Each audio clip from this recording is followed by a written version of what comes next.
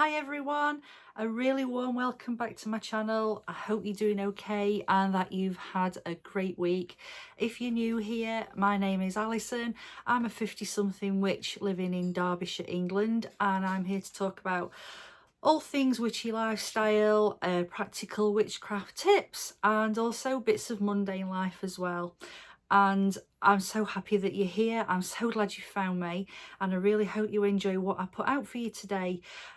This week we're going to be talking about the witchy house, and in particular the witchy front door. And the reason that this has been on my mind a lot is that earlier this week we had some new windows put in our house, and while it was happening I was thinking about the levels of protection that we give ourselves as people, and I thought about the visible signs of protection that we have around our houses. So for example, the windows, the doors, alarms, cameras, that kind of thing.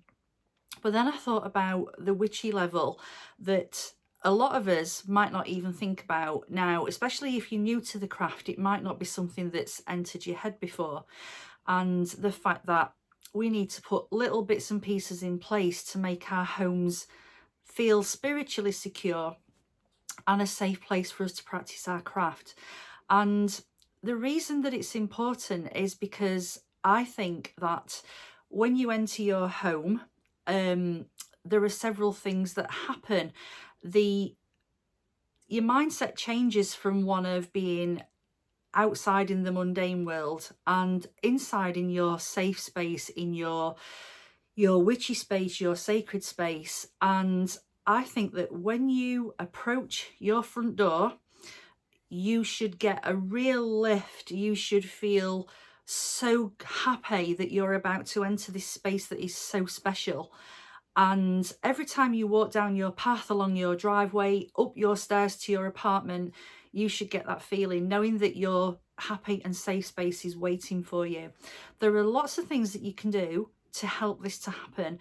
And what I've tried to do in this video is give everybody something that they can work with, whether they live in a massive house, whether they live in a little bungalow like myself and my husband and George do, whether you live in an apartment. I really want everybody to be able to take something away from this. So with that in mind, what I'm going to do is take you outside my house to look at my front door and look at the little bits and pieces that I've got in place. Now, they aren't necessarily there all the time. Some of them are, and some of them I've put there for the purposes of this video. And the reason I've done that is just so that you get a clearer picture of what you can actually do. Now, a little disclaimer, I don't necessarily think that it's a good thing to have a mindset where you are constantly thinking that you are in need of protection, where you constantly have the mindset that you think you might be under some kind of threat. The chances are that you aren't. And the other thing I think you need to bear in mind is that if you think about something often enough, it often brings about the situation that you're concerned about. Now, what I mean by that is, if you believe in manifesting certain things, if you have a particular thing in your mind and are constantly focused on it, it's the sure way to bring about what you're concerned about. Now, you might not believe that, but I firmly believe that, and I don't want anybody to feel that they are constantly under threat.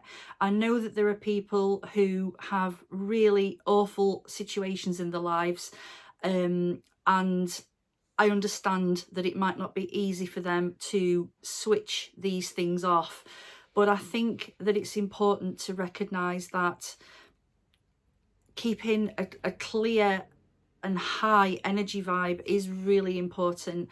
I know that that's not as easy as it sounds. It takes lots of practice, but I really hope that what we're going to talk about today will give you a few pointers to help you feel a little bit better as you walk down your path towards your front door, and to give you that little bit of calmness and peacefulness as you step through your front door. So Today in Derbyshire, we've got a really glum day. It's been throwing it down all morning, but that's not going to stop us doing what we want to do. So with that being said, let's get outside and let's have a look at what's going on at my front door. Welcome to our front door. Now, when I was doing my background work for this video, I did a little bit of research into the kind of traditions surrounding witches' front doors. And one of the things that kept jumping out was the fact that witches' doors are meant to be purple. Now, I have been in dozens of witches' houses and I don't remember a single one of them being purple. Now, a lot of the pictures that came up were of paintings of witches' houses in beautiful forests surrounded by fairies and tangled plants, and you know, the kind of typical fairy tale scene that you see in witchy stories. But not many of us live in that kind of situation. A lot of us live in bungalows like I do, or in normal houses, and we have to work with what we've got. So there's no purple here. If you've got a purple door, that's lovely. I don't know where the actual idea that a witch's door had to be purple came from, but ours is just a standard white double glazed door, and it serves as the boundary between our home and anything that wants to be thrown at it. So yeah, don't worry if your door's not purple, it doesn't need to be. One of the first things that you'll need to do before you put any magical bits and pieces in place around your door and threshold is to give the whole door a really good clean, because dirt and muck in general just holds on to negativity. So get rid of as much of it as you can, give it a good sweep around the door, and then give it a good wash with any kind of commercial cleaner will do, because the next stage is where you're going to cleanse the door spiritually, and that's the bit that we're really interested in. As you approach our front door, the first thing you'll see is a little floral wreath. Now, this has nothing to do with protection whatsoever. It's just there because I love it. I love to change wreaths up seasonally, all the different colours, the different flowers. I usually have artificial ones because even though our doorway is within kind of a little porch, it does still get rained on if the rain's heading in this direction. So the artificial ones are really easy to keep. I can just take them down at the end of every season and I can just give them a clean and put them away until next year. I'll keep using them until they fall to pieces, basically. And above that you'll also see a tiny little bat with his wings spread, because to me that's also a symbol of protection. And you'll also see a Leeds United sticker, because my husband is a fanatical Leeds United supporter. So yeah, that's on the door as well. I'm not sure it gives us anything in the way of protection, but it makes him happy, and that's all that matters to me. So behind the wreath is a set of witch bells. Now, witch bells help to rid anyone walking into the house of any negative energy that's clinging to them. During the day you'll pick up lots and lots of other people's vibes, other people's energy, and as you walk through the door the bells will tinkle and help to cleanse you and the space around you of any negativity. Now, this is not a set that I made. I got this set a long time before I started making my own. This set was a gift from my husband. I'm not sure where they actually came from, but they're beautiful and they make a really lovely sound, and I love them. Moving down, there's a little pentacle symbol. This is actually on the reverse of the door. It's a sticker, so it's easily removable. I can move it around if I need to, but it does stay there most of the time. And the pentacle acts as a protective symbol. It contains all the elements of earth, air, fire, water and spirit, and this serves as a real protection boost as you enter the front door. If you look on the door handle, there's this is a witch's ladder, and I'll show you it in more detail in a minute. But the witch's ladder contains little charms that have been blessed, along with knots that have bound the spell into the ladder itself. And at the bottom of the ladder is a hagstone. Now, a hagstone is a stone that has got a hole all the way through it that's been made naturally. So you'll find these on beaches, you'll find these, you know, at the bases of cliffs, and they're very magical, and they are said to help ward off curses, ill intent, negative energy. And apparently if the stone breaks, it's actually protected you from a curse. I don't know how true that is, but I think that that's a really lovely thought, that this stone is sitting there and working for you while you're going about your business. So moving down, there's also on the right of the letterbox a piece of black obsidian. It's in the shape of an arrowhead, and I love obsidian. It's a very protective stone. It almost looks like glass, and I have this arrowhead next to our letterbox to guard against any negative energy entering the house through the letterbox, which is essentially, you know, like an open hole in the door. So that's what that's there for, and I will talk to you in a minute about a couple of other things that are protecting the letterbox.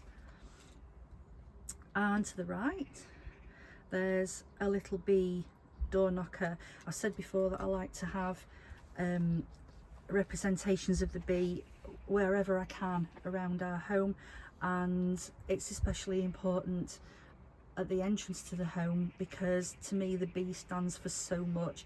It stands for protection, it stands for safety in numbers, and so that's why the bee is there. We're moving downwards and towards the ground, you'll see a rosemary plant and a lavender plant. These are here not only because they look pretty, but also because they are highly protective, particularly the rosemary. This one's quite a new plant, but the lavender is quite an old one now. It's just coming into bloom, and it really does need to be repotted because it's starting to take off like crazy. But I can take sprigs off this plant for any spell work that I want to do. I can also take it off the rosemary as well, but I don't use this rosemary for cooking. I have separate rosemary for cooking.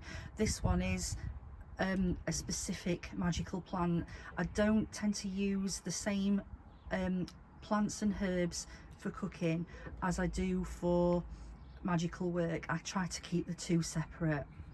Now, the threshold itself is really important. This is the most important part of the door in my opinion, and the reason for that is that it's a liminal place, by which I mean it's the space where one kind of your life stops and another aspect starts. So this is the point where you come home from your mundane life and you step into your house and you become who you really are. Who you've had to be during the day can just slip away. You don't have to mask anymore. You don't have to be something you're not. You're not a wage slave anymore. You've not got to think about anything that's been bothering you during the day. And so you step over the threshold, and this is where the magic really starts. And I'm going to show you how I make sure that stepping over this point of my house brings me joy every time I do it. There are two specific things I'm going to use at the threshold, and the first one that you might have heard me talk about before is black salt. Now this is my teeny tiny bottle that I take out and about with me for if I need to use it, if I'm in a particular situation where I feel like I might need a little bit more of a protective boundary around me.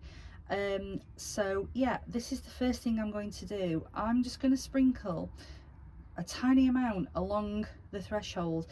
It doesn't need to be a solid thick black line of salt. You only need a tiny amount. the reason for that is that your intent is in this salt. What you actually want it to do is in here, and we'll talk more about this next week when we discuss making black salt. But for the purposes of this little demonstration, I'm just going to show you how I will put this along my threshold, and as I'm doing so, I'm thinking about what I want it to do, how I want it to protect my home and its occupants, and how I want it to serve me. So yeah, here we go. I'm only going to use a small amount. It really is like there's loads of charcoal and ash in this tiny bottle. So all I'm going to do is go along the threshold from one side to the other and just tap a tiny amount. It doesn't even need to be visible. I'm going to go all the way along right to the corner, and that is it. That's all that we need of the black salt. Now if you want to increase the protection further, you can take it around the edge of your home, all the way around the perimeter. I understand that that's quite a big undertaking if you've got a big house, but for me it doesn't take long at all because it's only a little 1-bedroom bungalow and I can do that easily. You can also take it along your external windowsills. Again, you only need a small amount, and don't worry if the wind or rain blows it away, because your protection is still there, your intent is still there. You can always renew it, it doesn't matter. You can keep renewing it for, you know, whenever you want to. I'd normally do this every, I don't know, at the change of the seasons. You know, you don't need to do it any more often than that unless you want to. The second thing I'm going to use is my own protection oil. Now I will leave the ingredients for this oil in the description of this video so that you can see what I've actually put in there. And this is my own recipe. You might have a recipe for your own protection oil, and that's fine. You can use yours, you can use any recipe that you've found online, but this is my favorite. And all I'm going to do with this, again in the same way that I sprinkled the black salt, I'm just going to take a small amount. Now you can use your finger to run this along the threshold if you want to, but I just like to sprinkle a few drops, so I'm going to do that now.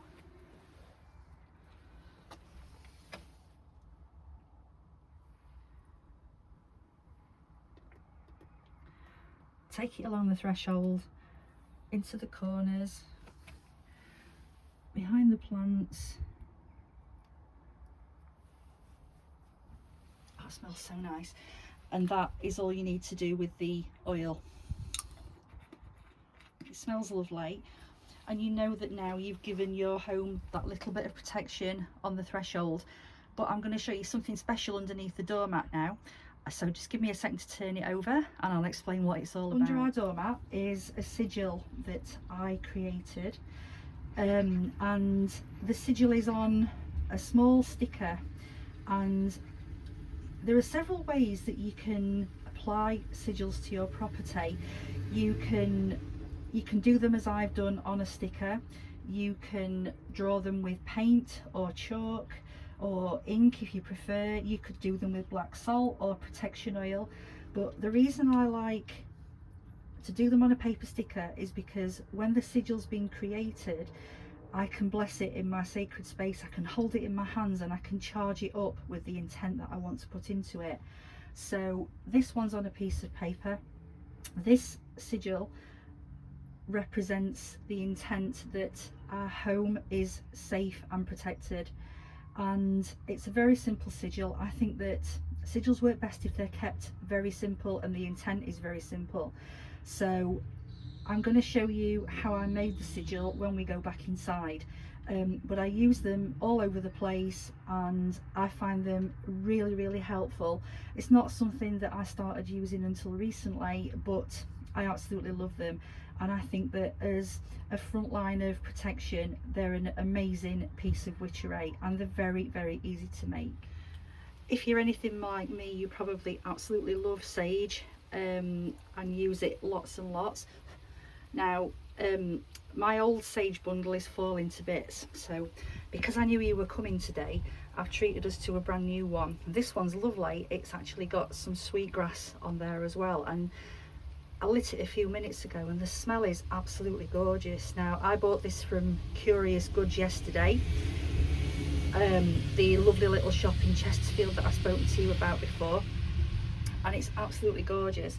So all I'm going to do with this is take it round the letterbox, and the reason for this is that I want it to keep away and take away any negative energy that's come through the door.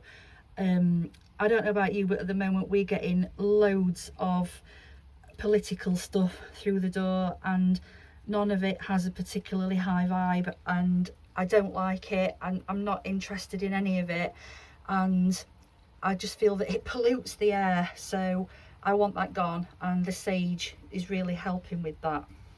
When you've given your door a good clean with whatever, you know, normal cleaning product you use, one of the things that you might want to do is cleanse it with a floral water. Now, this one is a small one that I was given free by the wonderful Tarn at Bramble and Bone. I'm not sponsored in any way, but this is gorgeous, and I've been waiting for a chance to use this. So all I'm going to do with this is just sprinkle it over the door. I'm going to throw it at the door, all over it, and all the time I'm doing this I'm thinking about clearing the space, taking any darkness away from it, and giving it a really nice light feel, and that's certainly working. It smells absolutely gorgeous. The final thing I'm going to do while I'm out here is to add some of my protection oil to the door handle and the lock. Now, lots of people will touch this handle, and we want to protect our home from whatever anybody brings with them. I'm covering the lock with the oil, and this is to keep out anything unwelcome, any unwelcome visitors, anybody who's got no business being here. Now, one of the things I need to tell you about our home is that before we moved in, an elderly couple lived here together, and they passed away within 10 days of each other.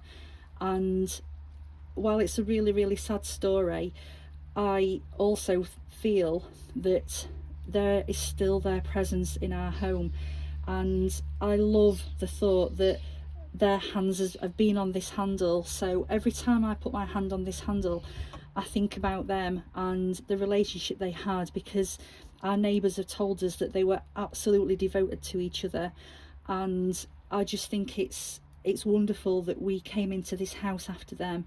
We're so lucky to have it, and I feel their presence, and I talk to them, and I consider it an honour to be in this house, and I love to think of their hands on this handle, and also maybe the fact that they might be offering us a little bit of protection as well. So the handle's particularly important to me, and I never want to get rid of this handle for that reason, because they've had it, they've lived in this home and they've loved it, and we absolutely love living here, so that's really important to us. When you step inside my front door, to the right is a little wooden shelf.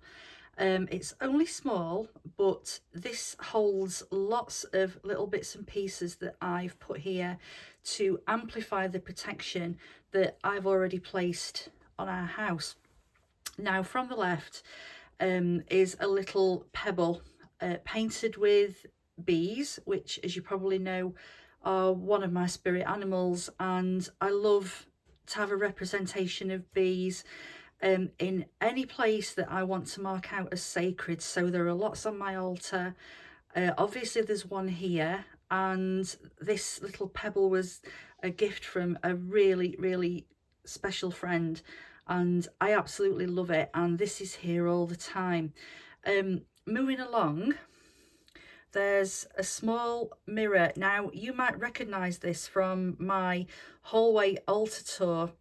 As I understand it, this mirror came with a set of GHD hair straighteners years ago, but I actually found it in a vintage store, and I loved it. I thought it was the perfect little size to have on my altar, and to also serve as something to deflect any negative energy that is aimed at our home. Now, this is facing outwards towards the door, and I just think it's perfect. I love it. I love to see it on here.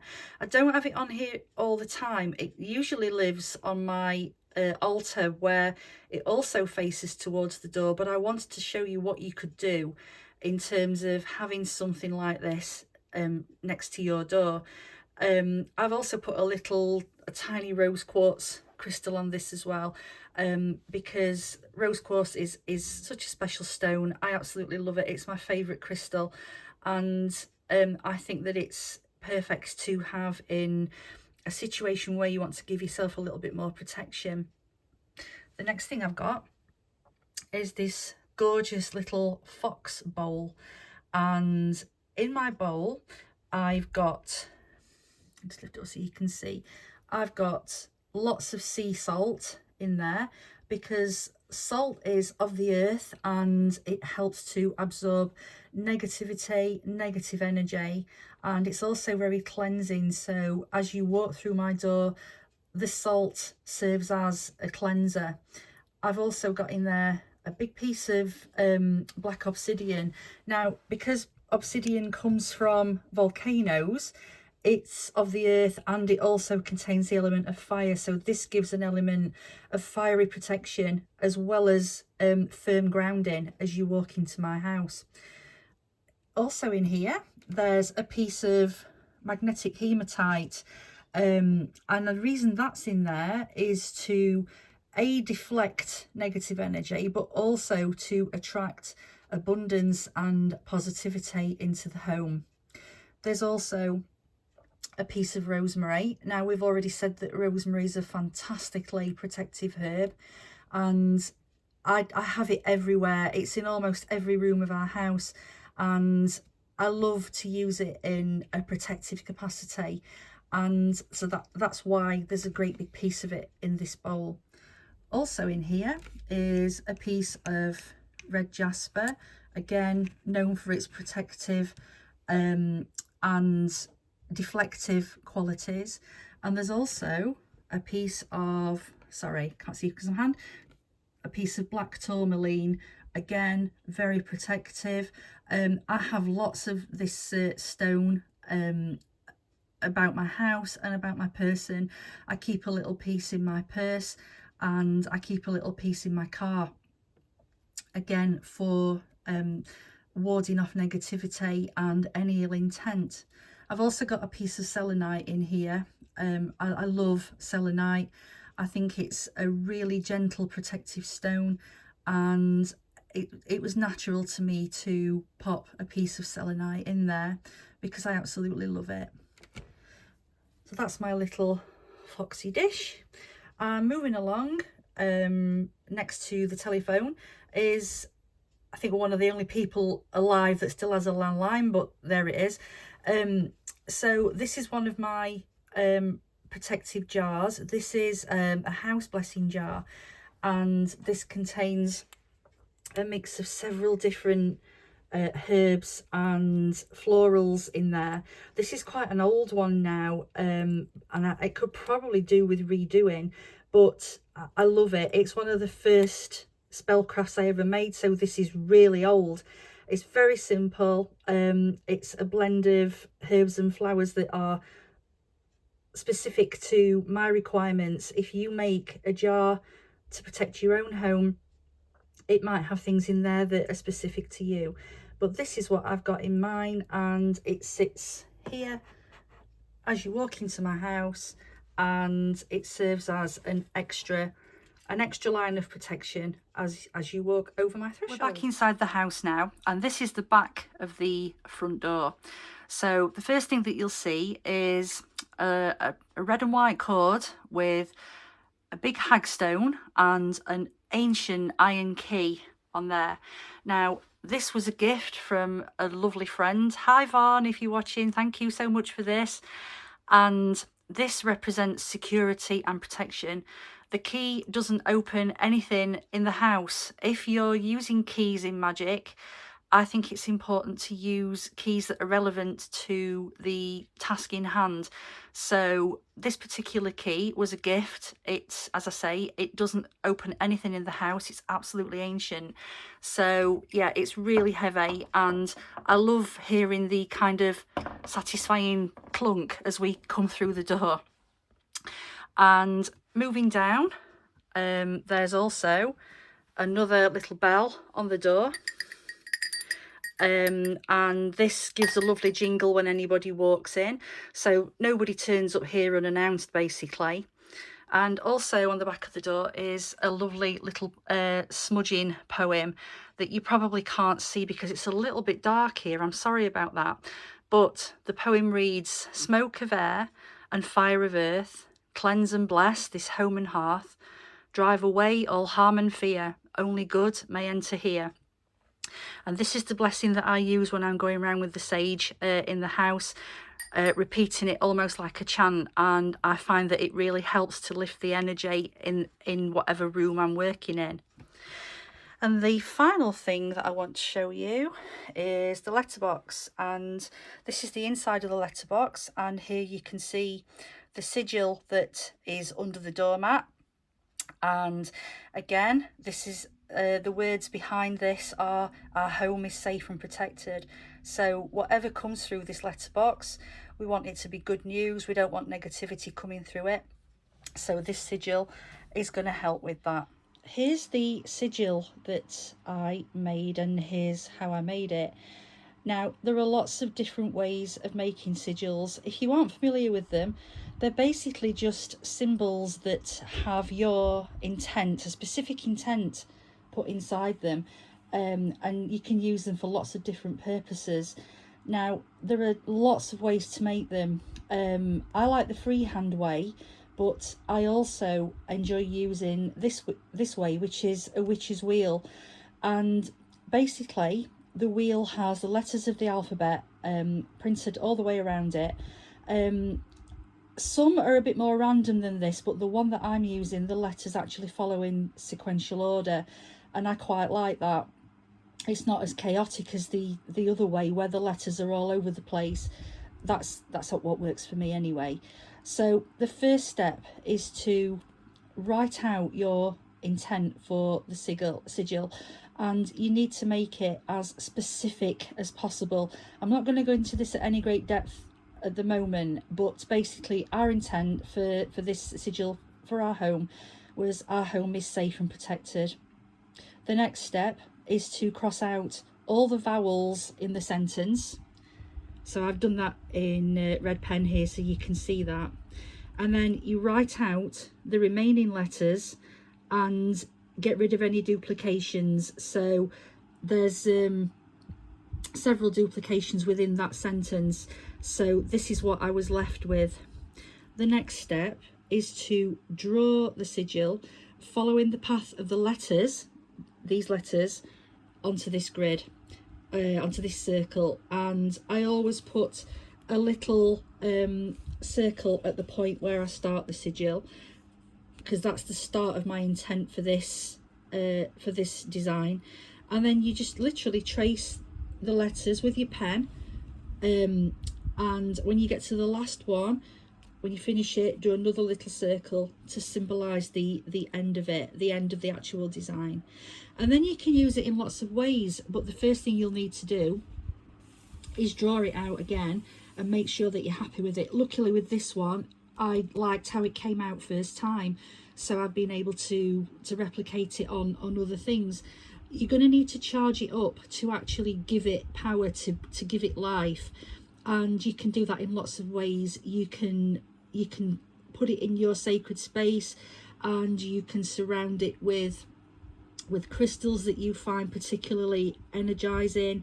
You can chant over it, you can pray over it if that's your thing, you can give it a blessing, you can pass it through fire, you can pass it through incense, you can pass it through sage smoke, you can do whatever appeals to you.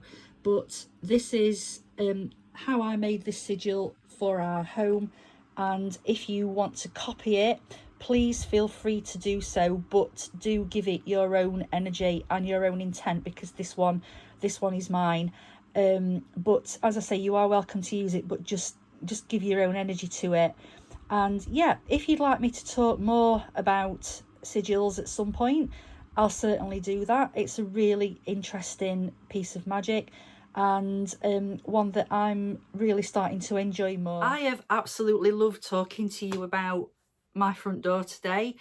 It's not something I'd ever thought that I'd talk to anybody about in any great depth, so I've absolutely loved it, and I really hope that I've given you something to take away and that you might be able to use for yourself. And as ever, I'm here to inspire, not to instruct, and you can take any of these ideas and make them your own and develop them for your own situation and how you want your front door to look. Now, if you've any questions, please feel free to give me a shout. I'm more than happy to answer any questions at all. Anything that's occurred to you, or anything that you might think, I'm not sure about that, I need more explanation, please just give me a shout and I'll help you out wherever I can. One of the things I've used in my video is my own black salt, and I've actually made some for a couple of people this week, and I thought that what we could do next week is talk about how to actually make your own black salt, and so that's what my video is going to be on. I really hope that you will join me for that. I promise it's going to get really messy because it's not a clean process, but if you like getting your hands dirty, you'll probably really enjoy it. One of the things that I would tell you to do if you want to make your black salt along with me is to save up any ashes from any incense that you burn during the week, and any spell workings that you do during the week. Save the remnants of those, save the ashes, put them to one side, because if you're going to make some black salt, that's one of the things you're going to need. So I'm looking forward to seeing you next week, and in the meantime, I hope you have a fantastic week. And if this is your first time here and you've enjoyed what you've seen, I really hope that you will consider subscribing to my channel. I would absolutely love to have you along on this journey and be part of this lovely little community that we've got up and running. It's absolutely lovely, so supportive and friendly, and it's just been absolutely fantastic to have got this far and to have so many lovely people along. Have a great week. I really look forward to seeing you next week. Take care, look after yourself, look after each other, and blessed be.